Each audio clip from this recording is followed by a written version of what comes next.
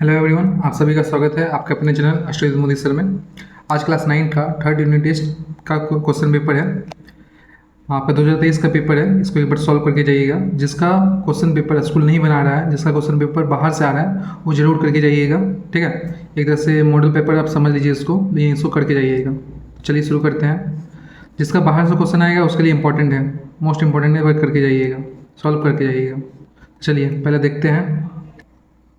पहला है मैथ का क्वेश्चन पेपर, देख लीजिए। FM 90 मार्क्स का है और 3 घंटा 15 मिनट का टाइमिंग रहेगा। ठीक है, तो आपका आगे MCQ टाइप क्वेश्चन रहेगा। आपको इसमें दिया रहेगा कोई 15 ठो या 14 ठो करना है। ठीक है, एक बार देख सकते हैं, देख लीजिए। इसमें टिक मार्क हो सकता है गलत है, आप इसको सही कर लीजिएगा। चलिए अब शॉर्ट क्वेश्चन देखते हैं। अब है आपका 2 नंबर का क्वेश्चन। ठीक है, 2 नंबर की है सब क्वेश्चन है। ठीक है, आपको इसमें देखिए, पढ़ लीजिए, निम्न प्रश्नों का उत्तर दीजिए। तो आपको सब करना है इसमें से, देख लीजिए एक बार। टोटल 13 क्वेश्चन है 2 नंबर के। ठीक है, किसी में अथवा है तो कर लीजिएगा। 3 नंबर में जो दिया है देखिए, ये मोस्ट इम्पोर्टेंट है। ठीक है, इस बार का ये आपका 4 नंबर का रहेगा क्वेश्चन आंसर। ये सब आपका नंबर यहाँ पे लिखा रहेगा, इसे एक बार सॉल्व करके चल जाइएगा।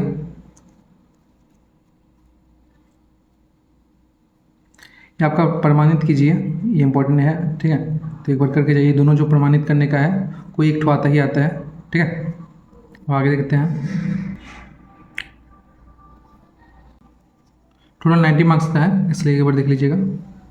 फिर 15 नंबर के लिए 2 प्रश्नों का उत्तर दीजिए। तो जो लॉन्ग क्वेश्चन में जिसको बोलेंगे आप, तो कोई 2 प्रश्नों का उत्तर दीजिए। ठीक है, और जिसको हिंदी समझ में नहीं आ रहा है उसके लिए इंग्लिश आपका दिया रहेगा। ठीक है, लेकिन क्वेश्चन पेपर अगर बाहर से आ रहा है तभी इंग्लिश दिया रहेगा। अगर स्कूल से आ रहा है तो इंग्लिश ज़रूरी नहीं है, इंग्लिश आपको देगा नहीं। ठीक है, तो चलिए अब दूसरा पेपर देखते हैं। जो सब्सक्राइब नहीं किए हैं सब्सक्राइब कर लीजिएगा। फिर है हिस्ट्री का। हिस्ट्री का भी सेम आपका 90 मार्क्स का रहेगा, 3 घंटा 15 मिनट का। आपका MCQ टाइप क्वेश्चन रहेगा। ठीक है, 20 तो करना है कोई, तो ये सब इम्पोर्टेंट है, देख लीजिए एक बार। ठीक है, इसका टिक मार्क हो सकता है गलत है, आप खुद से कर लीजिएगा एक बार। चलिए आगे देखते हैं। आगे देखिए, आप ग्रुप बी देख लीजिए, ये MCQ है इतना पूरा। ग्रुप बी में देख लीजिए, किन्हीं 16 प्रश्नों का उत्तर दीजिए। ठीक है, किन्हीं 16 प्रश्नों का उत्तर दीजिए। प्रत्येक विभाग से एक एक प्रश्न अनिवार्य है। जितने भी विभाग है उससे एक एक जरूरी है। ठीक है, चलिए आगे। 16 टोटल 16 होना चाहिए। ठीक है, किसी से भी आप टोटल जितना भी विभाग है सब में मिलाकर 16 होना चाहिए, इन सबसे एक एक जरूरी है। ठीक है, तो आप आगे देख लीजिए। पहला है 2.1 को विभाग का। कार्बी का है तो टैक्स है, जानते होंगे आप। ठीक है, कार्बी का है, फिर आपका बिजनेस सम्मेलन, ये सब आपका इंपॉर्टेंट है, तो इसको करके जाइएगा। फिर वो विभाग 2.2 का है लेटर द कासे, ये भी इम्पोर्टेंट है इस बार के लिए भी। ठीक है, तो इसको करके जाइएगा। तो जिसमें सबसे आप एक एक दे दीजिएगा, लेकिन उसके बाद भी आपको टोटल 16 प्रश्न होना चाहिए। ठीक है, तो हम तो बोलेंगे जितना आ रहा है आपको पूरा करिए, उसके बाद गिन लीजिएगा 16 हो रहा है कि नहीं। फिर विभाग 2.3 का है, स्तंभ मिलाने का है। ठीक है, तो इसको मिला लीजिएगा। ठीक है, अब आगे देखते हैं। उपविभाग 2.3 का देख लीजिए, सॉरी 2.4 का आपका रिक्त स्थान भरे, तो इसको देख लीजिएगा एक बार। फिर 2.5 है आपका व्याख्या कौन सा सही है आपको बतलाना है। ठीक है, तो इसको भी एक बार देख लीजिए। फिर ग्रुप सी है, कोई 11 प्रश्न आपको इसमें से देना है। तो जो क्वेश्चन बाहर से आया था, तो हिस्ट्री का तो ये आपका ईजी था, तो एक बार देख लीजिए इसको। जिस तरह दिया गया है, बेस्टल दुर्ग का पतंग का महत्व लिखे। ठीक है, 100 दिन के राज्य अवधि किसे कहते हैं, ये सब जितना भी है तो आपको टोटल कोई भी 11 देना है, 2 मार्क्स का क्वेश्चन है। ठीक है, आगे देखते हैं। टोटल 16 क्वेश्चन दिया गया था। ठीक है, उसमें कोई 11 करना है आपको। और देखिए ग्रुप डी, तो आपको टिप्पणी एक तरह से लिखना है। ठीक है, आपका लॉन्ग क्वेश्चन है, 7 से 8 वाक्यों में लिखे। तो आपका ये आपका है टोटल 7 से 8 वाक्यों में लिखे हैं, तो जितना क्वेश्चन है 6 क्वेश्चन है पूरा, 4 मार्क्स के क्वेश्चन है, तो लगभग आप 10 लाइन में लिखिएगा। ठीक है, 10 से 12 लाइन, तो आपका नंबर कम कटेगा। देख लीजिए एक बार। जो अथवा है तो उसमें कोई एक करना है आपको। जैसे यहाँ पर दिया गया है नेपोलियन कोड, टाइपिंग मिस्टेक हो सकता है, कोड नेपोलियन लिखा है तो नेपोलियन कोड होता है, तो इस तरह से आपको दोनों में कोई एक करना है, वर्साय संधि या नेपोलियन कोड, ठीक है। तो उस तरह देखिए पूरा। फिर ग्रुप ई है, ठीक है, ये भी लॉन्ग क्वेश्चन है। एक प्रश्न का ही उत्तर दीजिए 15 से 16 लाइन। जहाँ 15 से 16 दे रहा था आप 20 करिएगा, ठीक है। तो 20 लाइन लगभग करिएगा ही। और जिसका टाइपिंग आपको समझ में नहीं आ रहा है उसका इंग्लिश ज़रूर देख लीजिएगा, आपका इंग्लिश में पता चल जाएगा कि टाइपिंग सही है कि गलत है, ठीक है। चलिए दूसरा क्वेश्चन पेपर देखते हैं। ये आपका लाइफ साइंस का पेपर है, ठीक है। वही FM 90 मार्क्स का और 3 घंटा 15 मिनट का क्वेश्चन पेपर है। तो आगे आपको हम बोले थे MCQ क्वेश्चन रहेगा, MCQ रहेगा ही रहेगा। तो इसमें 15 टॉपिक कोई करने बोला है, तो देख लीजिए, ठीक है।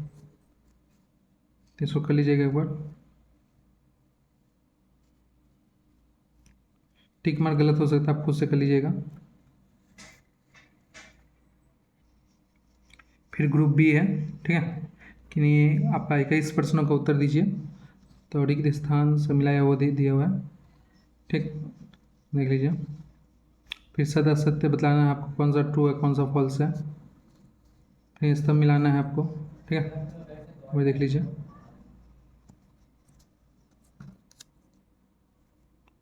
अब आगे देखते हैं।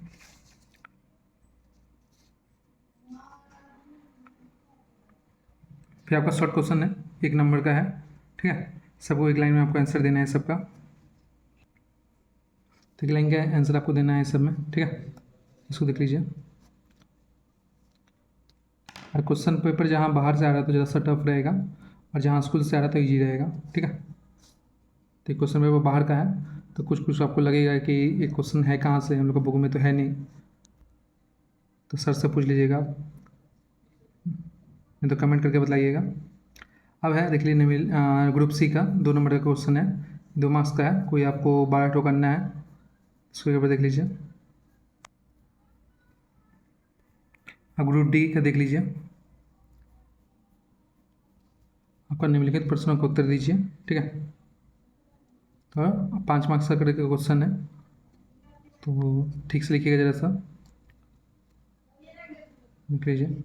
RH कारक या RH फैक्टर इंपॉर्टेंट है, इसको करके ही जाइएगा, ठीक है।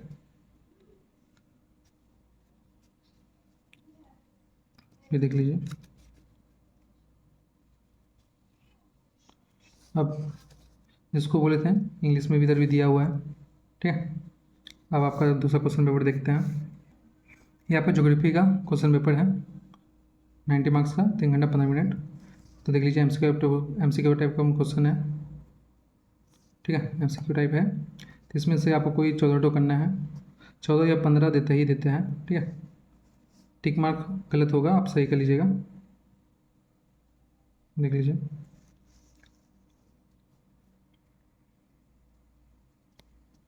ग्रुप बी में ट्रू फॉल्स करना है आपको, ठीक है, ट्रू फॉल्स भी देख लीजिए। फिर आपका रिक्त स्थान है, कोई 6 करना है, तो इसमें से भी 6 कर लीजिएगा कोई। फिर आपको मिलाना है, इसमें देख लीजिएगा। तो इसमें जो टिक मार्क किया हुआ है हो सकता है गलत है, ठीक है। आगे देखिए, आपको एक या 2 शब्दों में आंसर देना है, कोई 6 करना है, 1 मार्क्स का क्वेश्चन है, ठीक है। ये ज्योग्राफी का मोस्ट इंपॉर्टेंट क्वेश्चन है। जीपीएस का 2 व्यवहार या उपयोग लिखिए, ठीक है, करके जाइएगा। और फिर ये भी पामिल का पठार को पृथ्वी की छत क्यों कहते हैं, स्कूल से आ रहा है तब भी इम्पोर्टेंट है और बाहर से आ रहा है, दोनों इम्पोर्टेंट है, ठीक है। फिर मैंग्रोव पौधा, ये भी करके जाइएगा। हाँ, और मोस्ट इंपॉर्टेंट क्वेश्चन है अच्छा और अक्षांश रेखा और देशांतर में अंतर, ये बहुत ही इंपॉर्टेंट है, ठीक है। ऐसे में इंपॉर्टेंट है ही है, आपदा और संकट में का अंतर है। चलिए आगे देखते हैं। और पश्चिम बंगाल से कुछ क्वेश्चन आता है, कुछ भी दे सकता है आपका।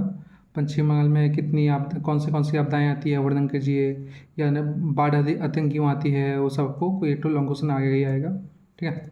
और नवीनीकरण और अनवीनीकरण संसाधन के बीच अंतर, ये भी इम्पोर्टेंट है, ठीक है, इसको भी कर लीजिएगा। अब गुरु भी ये देख लीजिए, आप सूर अनुसूर्य, ठीक है, इसके आपको चित्र के सहित वर्णन करना है। इसमें कर दीजिए, ये लीजिएगा ज़रूर। बोले थे पश्चिम बंगाल कुछ ना कुछ आता ही है, देख लीजिए। फिर हल्दिया बंदरगाह को कोलकाता के सहयोगी बंदरगाह के तौर पर क्यों कहते हैं, ये भी 5 कारण, ये भी इम्पोर्टेंट है। फिर है ग्रुप ई, आपका पश्चिम बंगाल का आपका मैप आएगा, तो इस मैप को आपको दिखाना है कहाँ पर ये आप कलकत्ता बंदरगाह है, अयोध्या है, पहाड़ी है, रानीगंज है, तो इस सबको आपको देख लीजिएगा। ठीक है, आगे क्वेश्चन पेपर, दूसरा क्वेश्चन पेपर देखते हैं। फिर है फिजिकल साइंस का पेपर, ठीक है, 90 मार्क्स का हुई है। देखिए आपको ग्रुप ए में एमसीक्यू दिया है, कोई अटेंड करना है, तो इसमें 13 ठो दिया है। ठीक है, तो टिक मार्क एक बार देख लीजिएगा।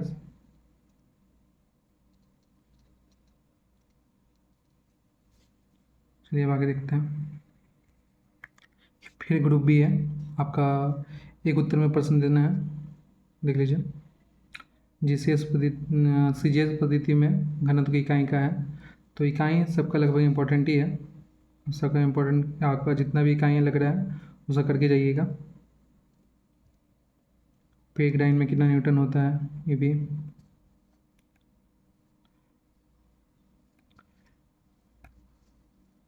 फिर स्तंभ मिलाइए, ठीक है, आगे देखिए। फिर आपका ये आता है परमाणु संख्या कितनी होगी, एक मोल में परमाणु संख्या, इम्पोर्टेंट है। फिर ग्रुप सी है आपका 2 मार्क्स का क्वेश्चन है, देख लीजिए।